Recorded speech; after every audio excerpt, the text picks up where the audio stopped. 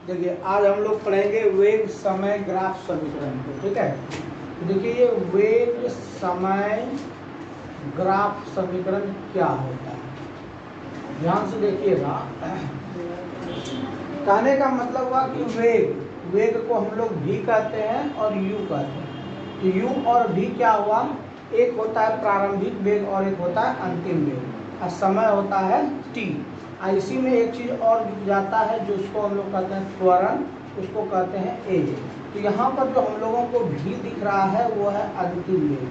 क्या है वो, अंतिम वेग। और u बराबर जो है वह है प्रारंभिक वेग। और इसके बाद हम लोगों का जो t है वह हो जाएगा समय अंतराल या समय, और जो a होगा वह होगा त्वरण। तो इस रिगार्डिंग हम लोग तीन जो है कि सूत्र को यहाँ पर सिद्ध करेंगे। देखिए एक होता है v बराबर u प्लस at। v मतलब हो गया अंतिम वेग का मान प्रारंभिक वेग प्लस त्वरण गुना समय के बराबर होता है। दूसरा हम लोग यहाँ पर पढ़ेंगे v स्क्वायर बराबर u स्क्वायर प्लस 2as, जहाँ s जो हम लोगों का होगा वह विस्थापन के बारे में पढ़ेंगे। उसके बाद फिर हम लोग का हो जाएगा एक s बराबर ut plus half at square. ये हम लोग तीन यहाँ पर समीकरण पढ़ेंगे। और यहाँ पर इस s को विस्थापन या दूरी दोनों कहते हैं, तो यही पढ़ना है हम लोगों को। तो ये पढ़ने के लिए ये एक एग्जाम में आता है। इसको सबसे पहले हम लोग ग्राफ के रूप में इसे पहले चित्रानुसार समायोजित करते हैं। तो सबसे पहले हम लोग इन चीज़ों को जान लें ये क्या है। इसको हम लोग क्या करते हैं, यहाँ पर एक ग्राफ बनाते हैं, ठीक है। देखिए वो ग्राफ कैसा बनेगा, मान लिया जाए कि आप एक ग्राफ इस प्रकार से खींच रहे हैं। यहाँ पर आपका O है जो कि यहाँ से A तक कोई एक वस्तु जा रही है। उसके बाद यहाँ से मैंने इसे डॉटेड लाइन से दर्शाया, इसको भी नीचे डाल दीजिए। ये मान लो कि समय है, समय दर्शा रहा है जो कि E है A। उसके बाद देखिए हम लोग मान लो कि यहाँ से यहाँ तक कोई पार्टिकल है जो B है। उसके बाद यहाँ से इसको मिला दीजिए और इसको नीचे मिला दो, तो A B, उसके बाद आप यहाँ C डाल दीजिए, यहाँ D डाल दीजिए और फिर यहाँ पर E। अब यहाँ पर हम लोगों को क्या क्या चीज़ें चाहिए वो देखो, यहाँ U है और यहाँ V है। तो ये हो गई वस्तु की दूरी और ये हो गए प्रतिबिंब, या फिर अंतिम वेग हो गया यह प्रारंभिक वेग हो गया। शुरू में यहाँ पर है वेग और ये लास्ट में पहुँच जाता है यहाँ पे, तो ये हो गया। अब यहाँ पर हम लोगों को सिद्ध करना है सभी चीज़ों को बारी बारी से, ठीक है। तो चलिए हम लोग, ये t है तो ये समय हो जाएगा और ये v है तो ये क्या हो जाएगा, वेग हो जाएगा। अब देखिए हम लोग एक परिभाषा पढ़ेंगे। चलिए हम लोग बारी बारी से सूत्र को साबित करते हैं। यह है कि त्वरण का हम लोग परिभाषा पढ़ेंगे। त्वरण को क्या कहते हैं पता है आप लोगों को, वेग में परिवर्तन की दर को त्वरण कहते हैं। अब यहाँ पर एक ही बात से आप लोगों का एक चीज सिद्ध हो जाएगा। तो ये कैसे सिद्ध होगा, तो कुछ नहीं करना है, आप लोगों ने पढ़ा त्वरण, तो त्वरण को हम लोग कहते हैं A। अभी हम लोग लिखे थे त्वरण क्या हो गया, A हो गया। वेग में परिवर्तन, तो वेग में परिवर्तन क्या होता है, अंतिम वेग आपको मिलेगा और उसमें प्रारंभिक वेग को घटा देंगे, यही हो गया आपका वेग में परिवर्तन। क्या हुआ, एक बार फिर से देखो। कहने का मतलब है कि हम लोगों के वेग में परिवर्तन, मान लो पहले हम यहाँ थे और लास्ट में हम लोग यहाँ तक पहुँचे, अंत में हम लोग यहाँ तक पहुँचे, तो इस दोनों में परिवर्तन क्या होगा, v में u को घटा देना, तो वही हो गया अंतिम वेग में प्रारंभिक वेग को घटा दिया। अब कहता है दर, दर का मतलब होता है कि जिस समय अंतराल में हम आगे बढ़ते हैं ना, वही समय कहलाता है। तो जो समय हो गया, समय से हम उसे भाग दे दिए, यानी कि देखिए अंतिम वेग को हम लोगों ने क्या माना था, अभी पता होगा आप लोगों को, कुछ समय पहले मैंने कहा था v होता है और प्रारंभिक वेग को क्या बताया था, u बताया था, समय को क्या बताया था, t बताया था। यहाँ से आप लोगों का अब बताइए क्या हो गया, a है इसलिए a को रहने दीजिए यहाँ पर, अब यहाँ पर देखिए वेग में जो परिवर्तन हुआ तो अंतिम वेग आपका कितना है, यहाँ पर v है, माइनस प्रारंभिक वेग कितना है u है, और बटे समय कितना हो गया t। तो a को इधर कर दिया तो हो गया at और v माइनस u को बराबर के इधर ले जाइए और at को उधर ले जाइए, या फिर v u को खाली इधर लेते आइए, at प्लस u बराबर हो गया v, इसलिए v बराबर हो गया u प्लस at। और यही हम लोगों को पहला बताना था कि अंतिम वेग का मान बराबर होता है प्रारंभिक वेग प्लस त्वरण गुना समय के। तो ये हो गया आपका पहला। अब हम लोग दूसरा देख लेते हैं, दूसरा हम लोग कैसे बनाते हैं उसको भी देख लेते हैं।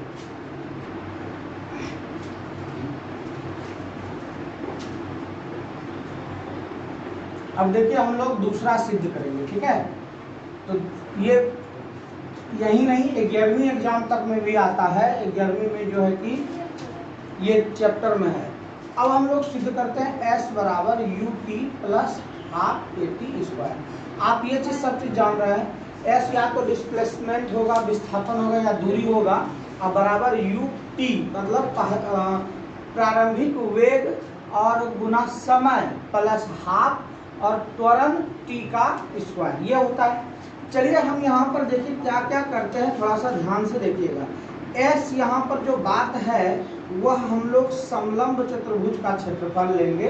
समलंब चतुर्भुज, तो देखिए आपके सामने एक यहाँ पर समलंब दिख रहा है, वह समलंब कौन सा है, देखिए ए बी, ठीक है, ए बी और ए ओ A B E, O A B और ई, यहाँ से लेकर के ध्यान से देखो ये एक समलंब चतुर्भुज बना रहा है। समलंब किसको कहता है, जिसमें कि एक लंब और समांतर हो। देखिए ये हो गया, तो देखो यहाँ पर समलंब चतुर्भुज, समलंब चतुर्भुज का आकार ऐसा होता है, ये हो गया, दो ठो इसमें समांतर होनी चाहिए, और ये हो गया आपका समलंब चतुर्भुज जिसमें एक 90 डिग्री का कोण बनना चाहिए। तो ये समलंब चतुर्भुज हम लोगों का है। अब इसका क्षेत्रफल हम लोगों को निकालना है। तो समलंब कौन सा हुआ, ओ ए बी ई का क्षेत्रफल, ओ ए बी ई का क्षेत्रफल। तो ध्यान से देखना ओ ए बी ई में क्या क्या आपको मिल रहा है। एगो देखो आकृति यहाँ से यहाँ तक है, ये आयत है, क्या ये आयत है, और एक यहाँ पर आपको त्रिभुज नजर आ रही है। तो बस इस दोनों को निकाल करके हम लोग जोड़ देंगे, यानी कि आपका हो गया आयत ओ ए सी ई का क्षेत्रफल, आज जोड़ दीजिए इसमें ए बी सी का क्षेत्रफल। अब त्रिभुज होगा, त्रिभुज ए बी सी का क्षेत्रफल, इस दोनों का क्षेत्रफल निकाल के जोड़ देंगे तो हो जाएगा। और क्षेत्रफल आप लोगों को पता है, आयत का क्षेत्रफल क्या होता है, लंबाई गुना चौड़ाई। तो लंबाई गुना चौड़ाई दे देंगे तो आपका एक हो गया ओ ए, क्या हो गया ओ ए, आप गुना एक हो जाएगा ए सी या ओ ई, यही होगा ना, तो हो जाएगा ओ ई।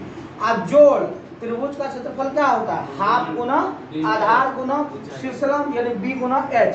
तो एक हो गया यहाँ से यहाँ तक बी सी, क्या हो गया बी सी, और ये हो गया इधर से ए सी। कोई दिक्कत इसमें। अब जब ये हो गया तो देखिए क्या करो, इसको ओ ए जो आपका है इसको कुछ मत करो, ओ ए का मान ओ ए यहाँ से यहाँ तक देखो क्या दूरी माने, इसको यू माने है, और यहाँ से यहाँ तक इसको क्या माने है, भी माने है। तो अभी डी तक उधर आइए नहीं है तो ओ ए है, तो यहाँ पर हो जाएगा पहला ओ, क्या हो जाएगा यू हो जाएगा। अब देखो दूसरा है ओ ई क्या है यहाँ पर टी, तो आपका शुरू वाला मिल गया। अब है हाफ। अब यहाँ पर बात करते हैं, देखिए बी सी है, बी सी कहाँ से कहाँ तक है, यहाँ से यहाँ तक है, तो ये बी सी देखो क्या हुआ, ए डी के सीधा में है, तो बी सी को हम लोग और क्या कह सकते हैं, ए डी कह सकते हैं। अब देखो यहाँ पर जो हम लोग क्या करना है, आप लोगों को ध्यान से देखो, यहाँ पर आप लोग अपने मन से हम लोग कर सकते हैं, इसको ध्यान से देखना कि हाफ तो हो गया। अब बी सी, बी और सी, यहाँ पर पुराना है ए टी स्क्वायर। अब आप याद करो कि थोड़ा सा हम लोग पीछे चले जाते हैं, आप लोगों ने अभी अभी हम लोग पढ़ा चुकी क्या पढ़े कि ए भी बराबर यू प्लस ए टी, अब v को इधर लाइए तो v माइनस क्या हो जाएगा, u बराबर क्या हो जाएगा 80। अब देखिए ये v माइनस u हमको यहाँ पर है कि नहीं है, ध्यान से देखना।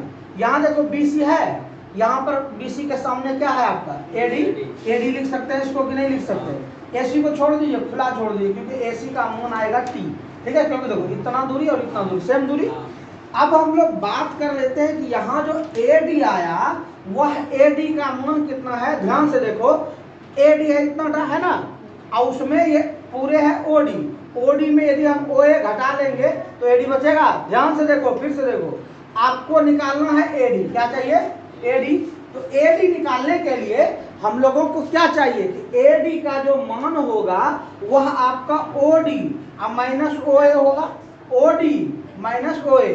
मान लीजिए कि इस पूरे कलम की हमको लंबाई में से ऊपर का लंबाई निकालना है, तो क्या करेंगे, पूरे में से खोप की लंबाई को घटा देंगे तो ये निकल जाएगा ऊपर की लंबाई। ठीक उसी तरह से ऊपर की लंबाई चाहिए तो पूरे लंबाई में नीचे की लंबाई घटा देंगे। तो पूरे की लंबाई क्या है, आप देखिए प्लस हाफ गुना पूरे लंबाई है OD, क्या है OD, माइनस आधा लंबाई क्या है OA, क्या है OA। हम जो ये बात लिखे हैं v बराबर u प्लस 80 साइड कर लेते हैं, अब v माइनस u बराबर 80। अब इतना हो गया, अब गुना AC। अब यहाँ पर देखो क्या मिलेगा आपको, प्लस हाफ गुना OD भी है, क्या है देखो तो OD यहाँ तक क्या है v, और OA देखो कितना है u, अब गुना AC का मान कितना है T। अब v माइनस u का मान कितना है 80 और गुना T, 80 गुना 80 क्या हो जाएगा हाफ 80 स्क्वायर, और यहाँ पर शुरू में है UT, इसलिए आपका क्या हो गया S बराबर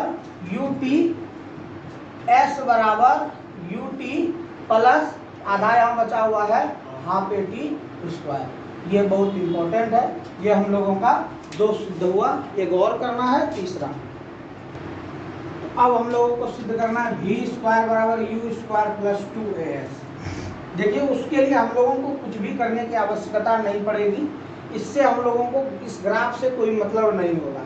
देखिए अभी हम लोग जान गए कि चूंकि v बराबर होता है u प्लस 80, पहला सवाल में जाने, घटा दीजिए इसको तो क्या हो जाएगा 80, और फिर इसको और भी लिख सकते हैं t बराबर v माइनस u बटे a। कोई दिक्कत देखो तो ये इधर बटे में आ जाएगा ये, यानी कि चूंकि हम जानते हैं कि हम लोग जानते हैं क्या t बराबर होता है, यानी कि कोई पूछे समय क्या होता है तो बोलना वेग में परिवर्तन की दर बटे त्वरण बराबर समय। वेग में परिवर्तन की दर बटे त्वरण बराबर होता है समय।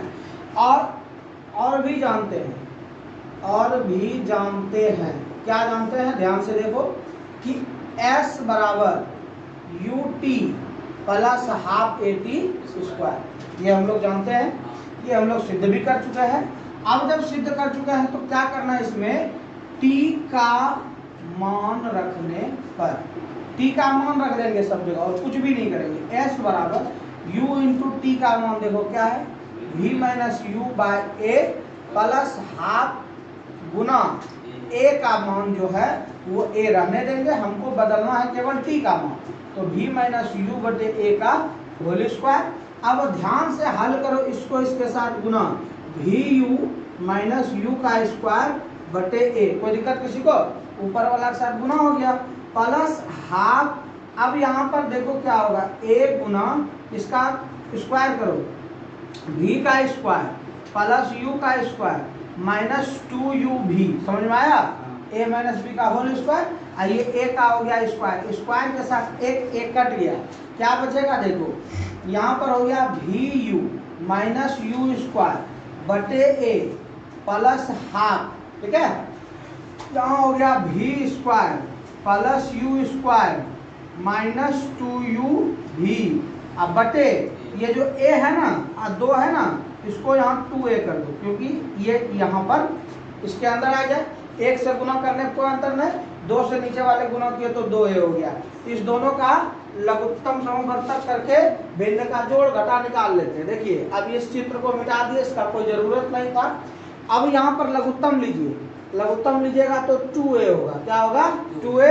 a से 2a में भाग दो, 2 बचेगा, 2 से यहाँ गुना कर दो, 2bu माइनस 2u का स्क्वायर। यहाँ 2a ऑलरेडी है तो 2a में कोई अंतर नहीं होगा, यहाँ डायरेक्ट हो जाएगा v का स्क्वायर प्लस u का स्क्वायर माइनस 2u भी कट गया। यहाँ पर देखिए आपको बचा v स्क्वायर, u स्क्वायर में 2 गो u स्क्वायर घटेगा तो 1 गो u स्क्वायर बचेगा माइनस में 2a। इसका मान है s, कोना कोनी गुना करो हो जाएगा 2as बराबर v square minus u square, और उसके बाद फिर आप u स्क्वायर को इधर ले जाइए, 2as प्लस u स्क्वायर बराबर हो गया v स्क्वायर, इसलिए v स्क्वायर बराबर u स्क्वायर प्लस 2as। यही सिद्ध करना था जो हम लोगों का क्वेश्चन था। तो इस तरह से हम लोग 3 समीकरण याद कर लिए, वेग समय ग्राफ का तीनों को याद कर लेना है। फिर अगले दिन हम लोग इसके सवाल पर बात करेंगे।